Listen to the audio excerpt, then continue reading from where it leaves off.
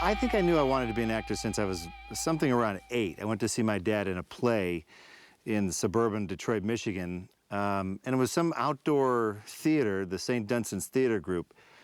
And my dad was in this play, and he was just acting weird. He was acting happy and silly and goofy. He was dancing with women that weren't my mother. And I thought, yeah, that looks good. My dad was the first investor of the first Evil Dead movie, so they were all over it. My dad wanted to be a painter. And I think his father, who worked for Alcoa Aluminum, was like, no, I don't think so. You go get a job. And so he got into advertising, which was, you know, creative. But he wanted more of an outlet, so he got into theater. And so when I said I want to be an actor, they went, go for it. I think of all the Raimis, I met Sam Raimi first. I met him in 1975 in the middle of drama class.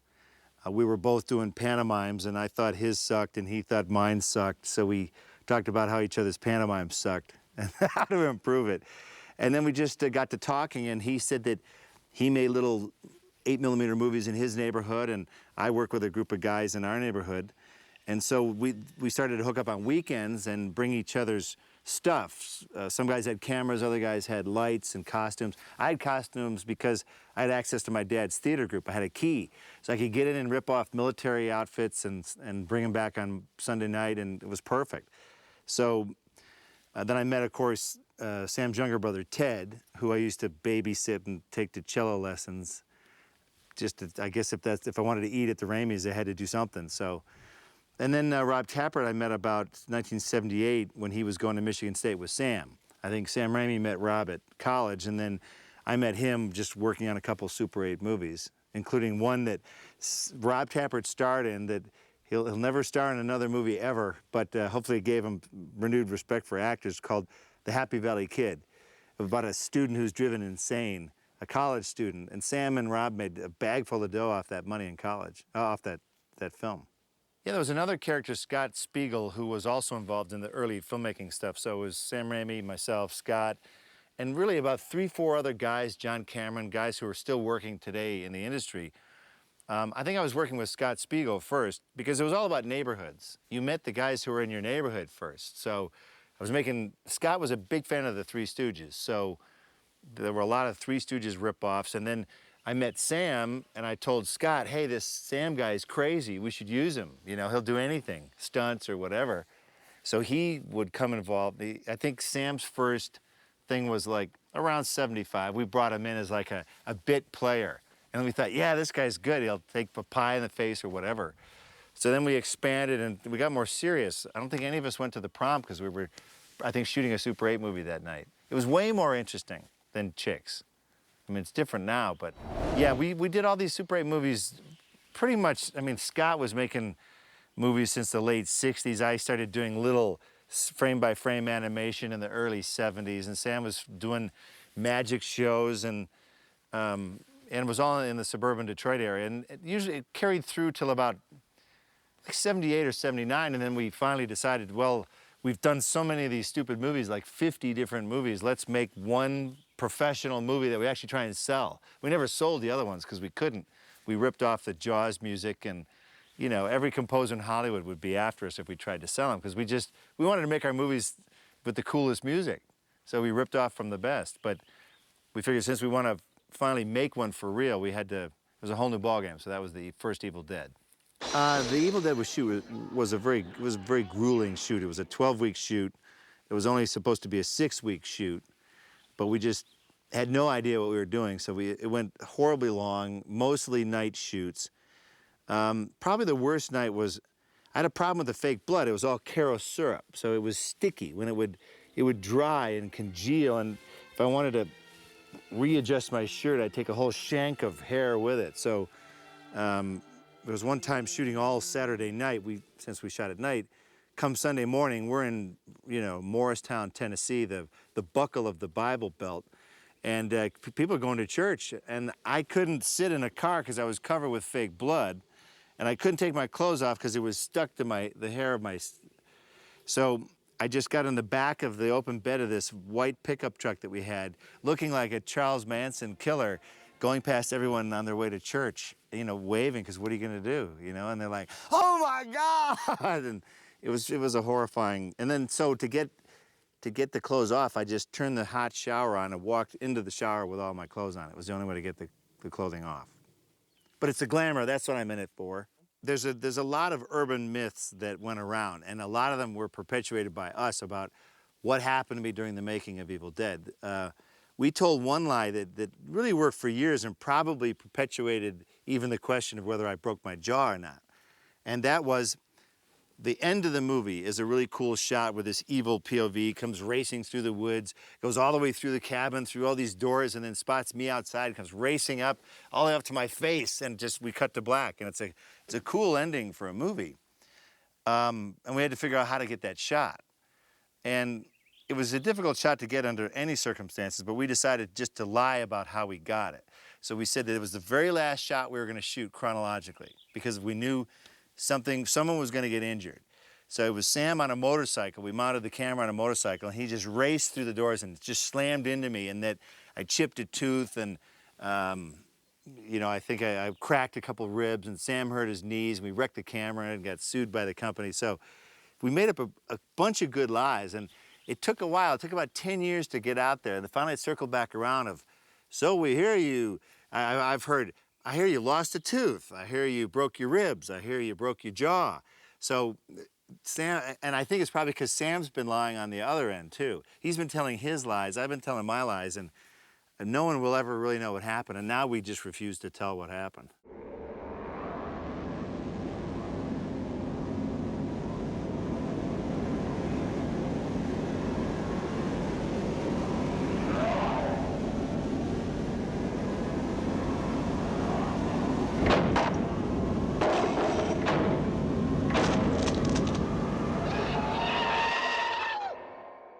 You know, Evil Dead it still is a fairly obscure series of horror films, but it's gotten more and more into books. That's how you can tell. As you get a book, you get these compilations of horror films of the 70s. You know, you just want to make sure, okay, how good we're in there. At first, we just started to appear in them. And then later, it's where they sort of group you with, you know, this scary moment in these series of horror films, or the scariest 20 movies.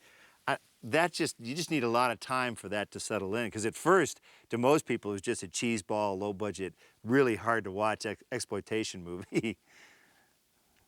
Although I have to say, to me that the one thing that proved to me that it was getting into the psyche a little bit, the Evil Dead series, was that Army of Darkness showed on American movie classics. I went, okay, so are they calling Army of Darkness an American? You know, it's like Ben-Hur and Army of Darkness. Are they going to play those two in a double bill?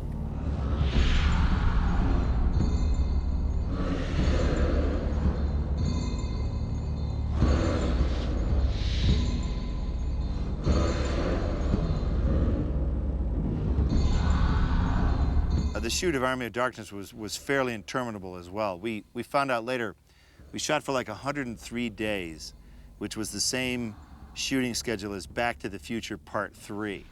So it was here's this low budget movie that's like 12, 13 million bucks, and we're shooting as much as a big Hollywood movie.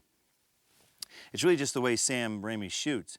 Everything is an epic. If you have villagers in a shot of villagers, he wants to know how many villagers we've hired for the day. If you got 30, he wants 30 in every shot. He doesn't care how he gets them there. He finds out how many banners we have. How many banners we have? We have 40 banners. Get 40 banners in the shot. And so he was all about maximizing his frame, which takes a while to shoot because you're always dressing your shot to whatever you've got. So again, we didn't really know that much at the time. It just seemed like another Sam Raimi long, grueling shoot where I had a big, thick book that I read during the shooting of it, and I would lie on my back because I was always covered with crap, so I'd put a towel down and lie in my trailer waiting to shoot. And I'd put it on my chest, which was always covered with blood or mud or soot or dirt or something. And so I could tell what we were filming as I look at the book. It's like the rings of a tree. It's like, oh, that was a real bloody section, because a little band of paper would have like a reddish tint. Other stuff would be like a dark gray band, and I go, ah, we're shooting the pit sequence during that. I remember that. So that's how I marked my time. Well, here's a scoop with Dead Next Door. Dead Next Door is a giant Super 8 movie. I don't know how it got to be the way it became, but the idea was a filmmaker wanted to make a feature-length feature film in Ohio, this guy J.R. Bookwalter. And so he got the financing for it, and it wound up being this kind of epic low-budget movie. So it was very strange. It was almost unwatchable because of how low budget it was, of the physical image quality. It was Super 8 with like golf ball sized, grain. And they did the best they could to edit it on video, but it had to be transferred and it wasn't quite done right. And everything about it was sort of never meant to be, but this kid wanted to finish this movie. So sometimes you can't help it. You make a Super 8 movie and you think, this is good enough to be a feature film. And it turned out to be quite the folly. So I hope people enjoy it. We had to replace every bit of dialogue in the entire movie. Every word that everyone said was useless from a quality standpoint. So I did the post-production sound on it, and I pretended that it was a silent movie. So I got all my friends who were actors and said, all right, you're playing the professor, I'll play this guy, you play the guard number 2, and it went from there. What appealed to me about Bubba Hotep, it was a story about old, beaten down, sick, not rich, girls don't even know who he is anymore, Elvis. And I like that because that gives the character somewhere to go. You start at the bottom. And just the whole story kind of got me that it wasn't a movie that I was going to see on an airplane. And to me, I interpreted that as a good thing. It wasn't a generic kind of film that you could easily show anywhere. This was a movie that the writer had an opinion, and he wasn't politically correct, Joe Lansdale, and Don Coscarelli is a very fastidious filmmaker, and I liked all the combination of the events. It wasn't an easy movie to make. It was excruciatingly low budget, but it was so worth it.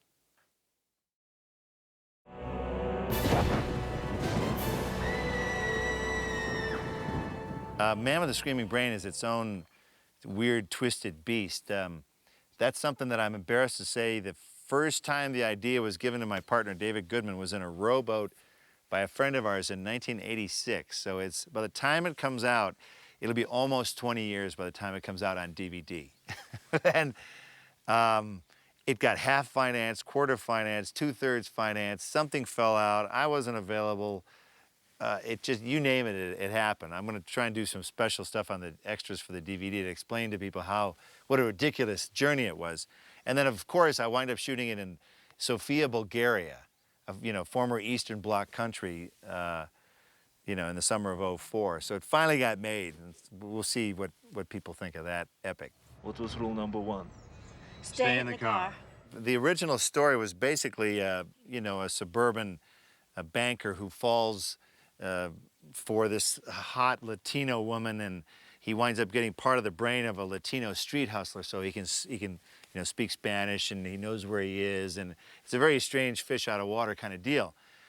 When we found out we were shooting in Sofia, Bulgaria, it wasn't a choice. If you want to make this movie, you shoot in Bulgaria. Well, all of the actors are going to be talking like this, so you have to go, okay, am I still pretending this is East LA? Where are the people of color coming from? Where are the Latinos? Am I going to say that a gypsy guy is Latino? Latinos would be outraged at that, especially in this day and age. So I went, forget it. I'm rewriting it. It's Bulgaria.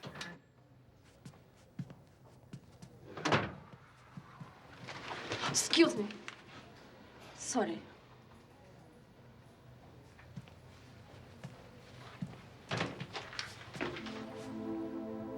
Have I seen you before? No. I think I have. I never forget a beautiful woman.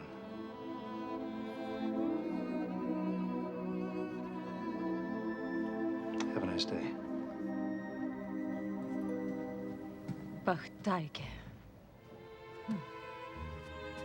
This story is an American fish out of water in Bulgaria, the ugly American in a foreign country, and let's just see what happens. What would it take to keep you on call today. $200 US? I'll give you 150. Cash? Of course. Plus gas, food, and cigarettes. No, I don't smoke. You have to buy your own damn cigarettes. So I went with the capitalist, communist, KGB, right-wing executive kind of combination. And I think it was fine because my actors didn't have to fake an accent. They didn't have to pretend, hi, I'm from Portland, buddy, how are you? That kind of stuff never works for me. So it took a whole change. The whole movie changed. Are you doing that? I have no control over it. Looks like it. I controlled it right, I guess. From now on, I suggest we stop using I or me. It's we. Okay. What do we do now? You know, I get a call from the producers. They go, we noticed that there's a lot of night shooting in this. I went, yeah, you read the script, good. They went, ooh, boy, that's gonna be tough. I'm like, what, you never shot at night in Bulgaria? They went, not much, no. And so, again, I adapted the story to take place, just this crazy story that really was meant to take place mostly at night, got switched over to daytime. And then the producers keep coming back. They go, I noticed the story takes place over a 3-day period. I go, yeah. Well, there's 3 different costume changes. And I'm like, really? You really want me to try and make this story happen in 1 day so no one has to change any clothes ever? Yeah, could you consider that? So the movie's completely different from what it was originally designed to be. It doesn't make it bad, though. It just means that as a filmmaker, you have to tap dance, especially as a low-budget filmmaker. If this was like Spider-Man 9, I could go, no, we're shooting in this state. This is how we're shooting. This is how many days I'm shooting. But in the low-budget world, you don't really get that option. It was either no Screaming Brain or Bulgaria Screaming Brain. Knots Landing was my first venture into television. And I walked into the office. It was my first audition for this brand new agent. I got it right away, and I went, this TV thing is easy. I auditioned just to play some assistant. And I was only in, I think, 2 episodes. And it terrified me and horrified me because I was used to coming from low-budget movies where everyone's sweating and gritty and you pick up the camera and you haul it around. And this was, you know, Michelle Lee was the star of the show, and she kind of ran the show. She's like, hi, Ben, how are you? I went, it's Bruce. Yeah, whatever. Okay, you're sitting here, I'm sitting here, you'll say this, you'll do that. They do 1 take. I'm like, what? 1 take? You did 1 take? And they asked the camera guys, they go, hey, how's that? Okay for you guys? They didn't care about the actors. They didn't care if we fumbled our lines. I should have shoved a finger up my nose because it's the only way to get them to not just do it quickly. But that was television at the time, and I went, oh my God. I didn't do TV for 5 years after that. I ran screaming from it because they plucked my eyebrows. The makeup guy goes, you know, if I pluck between your eyebrows, you'll look a lot more intelligent. I went, what? And I wore so much makeup. I got home that night. My wife goes, you're prettier than I am. Just with the layer of crap, and everyone was perfect. Their hair had to be like sprayed. It was the last of the hairspray. Just spray, spray, spray. Everything is put in place, and it was so different than independent movies. I crawled back. Finally, it took years to get me interested in television again. It just seemed too awful and antiseptic. Well, here's what I liked about The Adventures of Briscoe County Jr. was that it was, again, an off-kilter story. I think it could have only been developed by Fox at the time. They were the only ones doing X-Files and weird shows like that. We were the lead-in for X-Files. I think they found their audience, and we found Oblivion. But it was just fun to star in a TV show. I'd never starred in a TV show, and to just feel what that was like. It was really a whirlwind of a year. And this was on a show that started strong and then kind of petered out. So I got a sense of what it was like for a show that was popular at first, and how you're doing promotion every weekend. I was off to a different city doing something and doing live feeds at 6 a.m. to Europe, you know, broadcasting live to Israel, be funny. And you're like, wow. So it was an interesting way to learn how the machine of it all But the grueling pace of it, when they canceled it, I danced the jig because I'm like, I get my life back. I can go reintroduce myself to my wife and kids. Briscoe was canceled in '94, and so I was unemployed, and I knew that Rob Tapper was starting with this Hercules series down in New Zealand. And, you know, I had just did 26 episodes, and you get an idea of how these things are filmed. And so I called my buddy Rob. I said, Rob, look, come on. Let me direct one of these things. How bad could it be? I just worked on a period action show where the lead guy is a single lead character. Kevin Sorbo is like my age. We grew up in the Midwest together. How bad could it be? Let me direct one of these first episodes, one of these early episodes. He went, all right. So I directed it, and it seemed to go okay. I got another couple. And then in '95, he asked me to come down to play Autolycus for the first time in Hercules. And then, so I worked on those shows, and then Xena came in. I don't know the exact year, but as soon as they were in, within the first season, Autolycus, who's one of the few characters who actually went between the two shows, he started to go to Xena. So I'd have those days where I'd do a Hercules episode in the morning, blah, blah, blah, blah, blah, and they'd go, quick, get in the van. And I had to race across set. Hi, Lucy. Hi, Renee. Aha, aha, you know, doing some stupid scene. And that was my day. I felt like an old contract player. We're here, you're on studio 26, go to studio 13. I thought it was very exciting because I had the same outfit most of the time. So I could just put on my regular outfit and go from set to set. You know, I have a theory about whether an actor creates the character, whether the writer does. Obviously, the writer is laying out the whole thing for the most part. So the writer shapes it. But in television, especially in series television that goes on for a long time, what'll happen is the writers will start to see what the actor does well. And they'll go, he sucks at comedy. No more comedy for him. And you'll see that their character might get more serious. Or if they ask them to do something like fall in a river or pull your pants off and they liked it, they go, let's do more of that pull your pants off stuff. And they would, or if they liked how you said lines or delivered certain lines, they just would write more for you. So it's whatever you sucked at would go away generally because they wouldn't trust you anymore, or whatever they thought you were decent at, they'd have you do. And then there was other requirements. It didn't matter who sucked at what. The show required action. So really every actor they cast had to do a certain amount of action. So it wasn't like I could just show up and go, ha ha ha. I had to learn fight scenes and all that crap. And these guys were very ambitious. They didn't fool around. Yeah, I'd never directed television before Hercules and Xena, and I was really fascinated in the process of making films with Sam Raimi and Rob Tapper. We were always involved in the whole process, all along the way, so I was interested more than in just acting, and I thought, great, let me just try and get behind so I don't have to be in front of the camera too. And it was really fun to just kind of hide out. I started directing more of the Hercules the more the season went on, and then not too many, just a couple of the Xena shows. I think my sensibilities, I think they wanted me more on Hercules because, you know, I specialize more in the dumbbell episodes. And I remember it's so funny, the show Key to the Kingdom is always one of the most reviled episodes by the fans. They go, that episode sucks.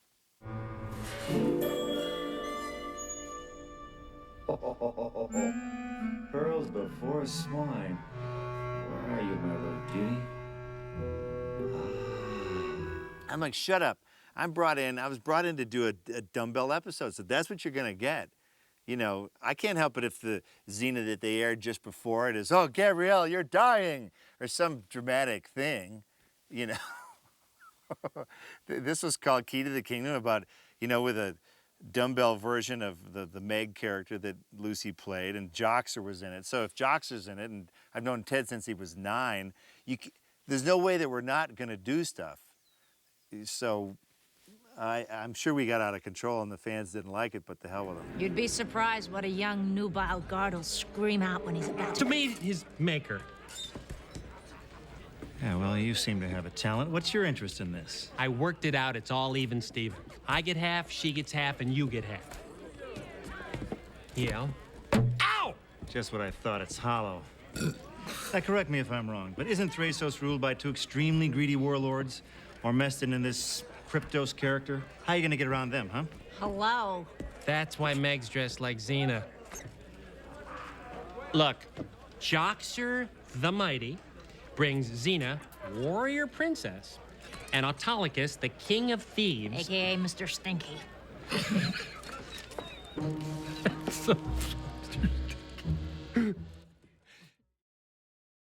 Well, I have to say, it's the weird thing when shows go for a long period of time. Stuff happens. You know, Kevin Sorbo's in Hercules. It's on its whatever season. It's doing well. Boom, he gets an aneurysm.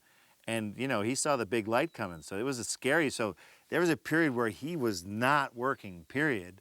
So the poor writers, I give them a lot of credit. They were tap dancing as fast as they can. They did modern day episodes. I was just laughing about one the other day, Porcules, where Hercules gets turned into a pig by Ares. So all you have to, but then what they don't realize is, great, we solved the problem, no Kevin Sorbo, but shooting with a pig was the biggest nightmare you could ever imagine, because it was always making noise and its little hoofs would stick into you. And one time it just took off. They had to make it a special little Hercules outfit. And this thing is going, it just threw it bucked, and these little tiny Hercules pants went tumbling through the air.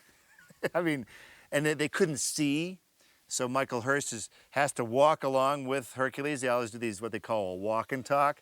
Well, he's walking, they're shooting him from behind. He's got a milk jug in his hand, and he's shaking it because he's got pig food in there, and he's going, piggy, piggy, piggy, piggy, piggy.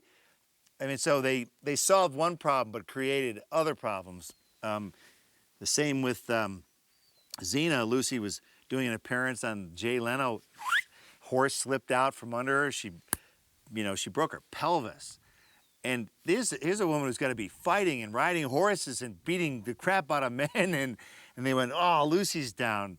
So, you know, boom, all of a sudden, now let's see, she inhabits Autolycus's body. That's it. So I used to kind of get a kick out of how they were trying to cover for the fact that they're the two big stars of their show. And these are people who are in wall to wall in the episodes. And then they'd ease them back in. I remember they'd bring in Lucy and they'd put her on a rock, and she'd be like sharpening her sword because she could barely stand up. And Kevin, when he started to come back, it was a real restriction of hours. So those episodes wound up being, Autolycus, Iolaus, take care of things, I'm going to Thrace. And then he would just disappear. We'd have a crazy adventure. And then he'd come back at the end going, how'd everything go? Oh, fine, Hercules, you didn't miss a thing. So it was a fun period, but I really pitied the writers because it was just a terrible time for them. And both, you know, Kevin and Lucy, I really felt for them because the pressure is get better now, get better now. And with an aneurysm, you go, yeah, how's that supposed to work? So they both did a really good job of coming back. That's difficult. I think some of the crap that they put us through for these different episodes, I think was for a lot of reasons. One was, you know, you had stars that came and went that had injury problems and this and that, so you had to write around that. So I think most of the ridiculous stuff that we did was mainly because they were just trying to come up with ways to fill these shows. So I thought the modern day episodes that they did on both shows were really bizarre and different, and everyone was excited to do them, including the design team, because they went, oh, thank God, don't have to do chariots or some stupid warlord's palace, you know, we can do like an office. And it was actually very challenging because for the modern day episodes, you know, in New Zealand, the cars drive on the opposite side. So if you had any shot outside, you had to, signs were all different, the paper's different, the phone systems are different. So it was actually just as challenging when we did the modern day episodes to get it to look normal, because New Zealand, to everyone's eyes, is not really normal. And then other times I think it was just a writer's revenge of, you know, I remember like giving some batch of notes on some past script, and then the next script that came in was having us doing something really retarded. I'm like, okay, obviously we pissed somebody off somewhere. But the funny thing is that the real problem we had to reconcile early on was that the writers are in Los Angeles and the show is in New Zealand. Well, it's a different hemisphere. I mean, the weather is different. So if you're in July and you're sweating in your office in Hollywood, Hercules dives into the lake, swims across. Well, July in New Zealand, the rain is going sideways. And many times, you know, Michael Hurst and Kevin Sorbo and Lucy and Renee would have to do these things like being in the beach and walking in the water and streams and rivers when it's the dead of winter for them. So we had to beg the writers, you know, hey guys, this is a different time period here. You know, you got to be aware of that because you're killing us down here. But I think even having different challenges was just a way to, made it better as an actor. You never knew what kind of episode they were going to do. It wasn't like a soap opera. You never really knew what the next episode was. It was always going to be a giant or, you know, some crazy creature, or you're going to go on some adventure, or, yeah, dress up like a woman and take your clothes off. Oh, I feel that between Xena and Hercules, I was horribly spoiled during that 6-year period down there, because it made me realize that what a great setup they had. You know, with Eric Grundeman and Chloe, the producers who really kept the show going. They had, you know, a New Zealand producer and American producers, and they don't get the credit that they should. Because a lot of the crew members went on to do Lord of the Rings. That's how qualified they all were. The camera people really taught me a discipline of how to shoot a TV show and what order you shoot things and proper procedures for when you take over the set. Because they were a holdover of the English system. The Kiwis broke into 2 categories. They were either pirates, really rough characters, like with the most tattoos on any crew I'd seen ever. One guy would come in with a brand new set of tattoos every Monday. He'd have some peeling, awful, sickly-looking tattoo of really twisted stuff. Or they were very stuffy, very proper. You know, when they were setting up a shot, you didn't cross in front of that lens. It's a much more of a David Lean approach to filmmaking, where the camera crew is very proper. Right, yes, and you mark it out and you put tape marks down. And yeah, but I have to say, I found that their method to be one of the most efficient methods of shooting that I saw, and it was a very good discipline. So I miss it. Well, Renee and I have crossed paths a couple of times. First on the Xena episode where Xena inhabits Autolycus's body and... Where is she? I don't know. Stop that. I'm right here. Oh, now she's back. Autolycus, I'm going to speak through you. Give me control. Oh, no, wait. We have an agreement. I have a right to... Yes, Gabrielle, it's me. I want you to do something. Close your eyes. Close them tightly and think of me.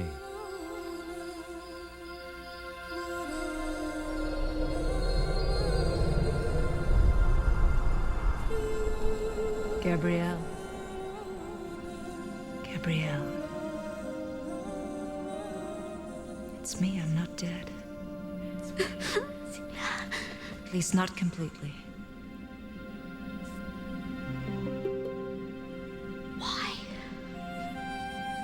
Why did you leave? There's so many things I want to say to you. Gabrielle, you don't have to say a word. Gabrielle will always be here.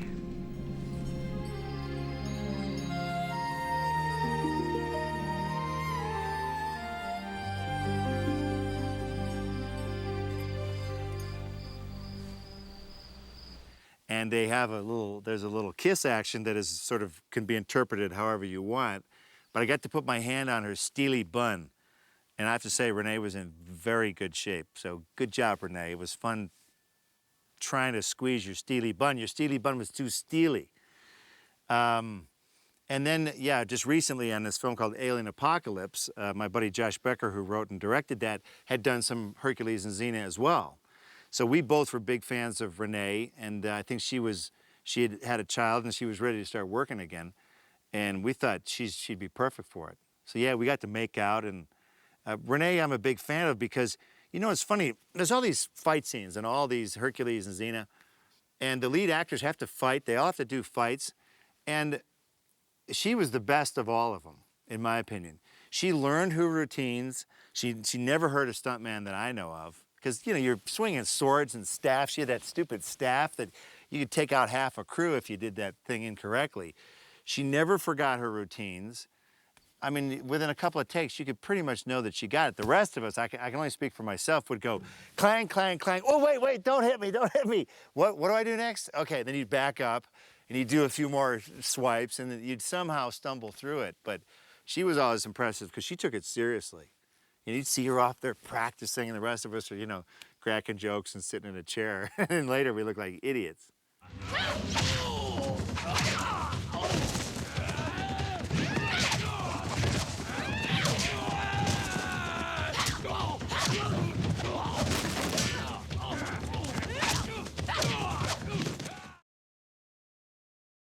The entertainment business, you can't help but be at least exposed to writing. As an actor, you review lines that are written for you. Sometimes you make tweaks to make it flow better or whatever. So you're always aware of it. I wrote a little bit as a kid. Everyone in the film business has a couple of scripts. Everyone's got 4 or 5 old scripts that they wrote. It's just sort of natural, but I decided to get more into it, started a website because I knew that that's kind of how people were going. The internet was getting bigger and bigger. So I did a website, started to do these little rants, and then a guy, a literary agent called me one time and he goes, hey, I read some of your rants on your page. You ever thought about writing a book? I'm like, whatever, you know, a lot of actors have written silly books before. So we came up with an angle that was really more of the side of movies that most people don't hear about, the B movie side. Because really most people work on B movies and C movies and D movies. There's a much smaller group of people who work on A movies. There's a very small group of actors, a slightly larger group of technicians, and they're only financed by certain groups of people. Everything else is a B movie or a B TV show. So the majority of those people working on movies and actors work on something that's not the big Hollywood movies. So I thought, well, I should tell that story because it's never told. If you come in second, no one cares about you. You know, if you lose the presidential race, you might as well croak because you're going to fall off the face of the earth. No one cares. We don't care about second best. But I thought that's silly because there's a lot of people who make really good, entertaining movies that no one seems to have heard about or talked about. They might put together compilations of gross horror films or whatever, but to me, I thought, no, I think it's a valid story of all the crew, the cast. What do they have to go through to make even a low-budget movie? Because even low-budget movies can be very difficult to make. The first book that I finally put together was called If Chins Could Kill, Confessions of a B-Movie Actor, because I thought, you know, we've all heard from Charlton Heston and Judy Garland. Let's hear from somebody who's made cheeseball horror flicks, see what kind of stories that's all about. Unfortunately, I think there were enough people who could relate to it that it did well enough to write a second book. Well, one advantage in writing a book about yourself is that, you know, you just have to dig out all the reference material.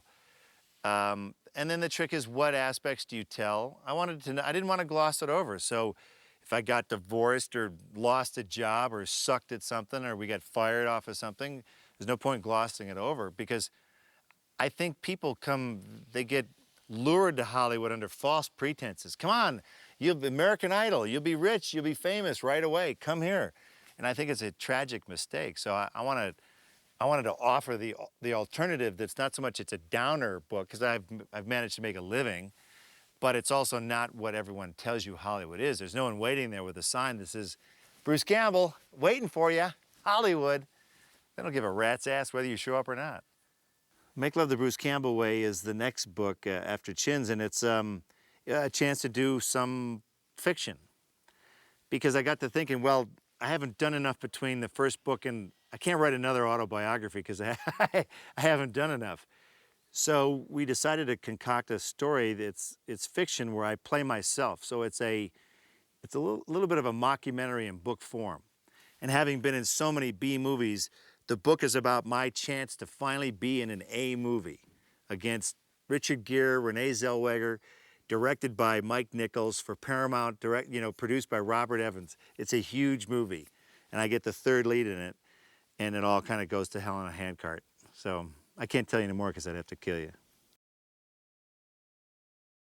I sort of realized that, you know, you direct and you get behind the scenes and you start to become more of a filmmaker over the years, that there's other things you can do with those skills. So my wife and I we're working on a documentary now called A Community Speaks. It's all about public land use. And what's it all about? What can you do on public land? What have they done on public land? Because it comprises, 200 million acres in the country. So I think people could be interested in what happens on it. So that's really all that is a matter of not so much grandstanding, because we're trying not to take an issue. We're trying to tell a whole complete story. But it's a matter of just taking our filmmaking abilities and apply them in other areas that aren't as silly or aren't as dramatic or frivolous or whatever. That it's just another way to apply our skills like anybody else. It's funny that that my wife's documentary Extras will be in this compilation of as a DVD extra. I actually think it's perfect. It's sort of a hidden gem that no one's really seen, that was shot back in I think like '98 or something, right at the height of these shows. And what's funny about it is that Lucy and Renee are the extras in this piece because it's all about the background performers. You finally get to hear from people who are not allowed to speak. And I thought it was a very interesting take, and there's one sequence in it where they're showing these extras, and you just see Lucy and Renee walk by in the background having a dialogue scene, and they were just treated like extras. It was very entertaining, and of course, I'm the idiot director. I was directing at that time, so they interviewed me in it of my take on extras. So it was fun to finally see it get put in, because I think it's something that will give people a really good behind-the-scenes approach. I'll have to say the concept of a dream project is a little dangerous, because that means you're very obsessive. I suppose you could say The Man with the Screaming Brain would be a dream project, but it wound up being mostly nightmare. So the dream aspect of it is rather shrunken by the time you actually get to make it. I think the trick is you've got to make whatever you're doing at that time into your dream project. You have to somehow mold it if you can. If you don't like the script, try and work on that, get that a little better. Try and work with a director to create something out of whatever your part is, because that's all you're going to get. You're going to get what you get as an actor. So I think the trick is you better kind of make as much lemonade as you can, because 50% of the time you're getting a lemon. Boy, top B movies. I like them for different reasons. So it's some reason that I would like a movie might be different than a fan. I like the Evil Dead series because they're very creative and working with Sam Raimi, but I don't like them physically. I don't like to think about that aspect. Shows like Xena and Hercules, I think were really a lot of fun, because you could inhabit a character for 5 years. And that's where it gets fun, because then you try new things, and over the course of time, they're going to have you doing something that you're going to enjoy most of the time. And the working environment there was very good as well. So I balance it all with how is the overall experience. So for me, I guess I'd say something like Bubba Hotep would be a good top 5 experience. The Evil Dead films, a cool little film, Running Time. There was a black and white crime drama that's shot all in real time in one take. The whole movie's one shot, which is really ambitious for a movie that cost about $110,000. So every so often you run across these cool little independent things that are well worth doing, and there's more coming. Yeah, I got a letter one time with a high school tassel in it, and it was a kid who wanted me to have his graduation tassel because without watching this show that I was in, he would have killed himself. And that's where you go, yeesh. It's a little scary, but you're also glad that maybe you helped somebody out. So that's about the best of it. That someone can go, yeah, he helped me kill Friday nights for 20 years. Or we had a good group of friends over, and we'd have a marathon or movies or something. They're not lighting buildings on fire. So anything I can do to help society, just remain calm at all times. There's a couple things coming down the pike. I decided to go back and do another Disney film. So there's a wacky, fun-loving Disney film called Sky High that's coming out soon with Kurt Russell. He's in another Disney movie. I think the first one he did was about 40 years ago. Then I have a new book, Make Love to Bruce Campbell, coming out. Man with the Screaming Brain will eventually hit DVD in the fall of '05. And then another interesting film called The Woods is coming out, where I get to play fathers in horror films now. Originally I'm the young guy with an axe. Now I'm the older dad whose daughter has to go through it all. So that's a neat, really weirdo movie directed by a cool filmmaker, Lucky McKee. And then a couple of movies I'm going to start. With DVDs, more and more companies are making movies now, so I'm really excited. There was a weird drought period where it was hard to get financing for low-budget stuff because you either had like Spider-Man, which is $100 million, or you had a movie that was $250,000. There was really nothing in between. DVDs have gotten so popular now, from this one you're watching right now, for example, that companies are able to finance movies, and I think it's fantastic, because the more entities that are financing movies, the more interesting range of stuff you'll get. Hallmark is making movies now. Sci-Fi Channel is making movies. It's exciting because at first, yeah, they don't pay you diddly to do it, but it's a whole new studio, really. And with how satellite is sort of fracturing, we're all going to be working for little teeny studios. So the more the merrier. Instead of having 4 studios, now there's 1,000 studios. They're just little now. But soon they're going to grow, like Fox. Everyone laughed at Fox at first. No, you're the 4th network. No, you're not. Yes, they are. They're here to stay. So I think it's been very interesting to see as media changes, as technology changes, how industry is changing. And I think it's going in the right direction. What's weird, I don't think any actor on the planet can predict where they will go or where they will wind up. I've got actor friends who are in the same position they were in 30 years ago, saying the same things, grousing about the same stuff, and they haven't done anything. I've had other actors who complain that they work too much and their family's falling apart, you know, but they got heaps of dough. So I think the trick is you just got to kind of go with it. If you think your family's falling apart, then maybe you shouldn't work as much. If you can't, you know, pay your electric bill, maybe you better figure something else to do. I've managed to make a living and live where I want, and my wife still talks to me. My kids sort of know who I am, so I'm okay with it.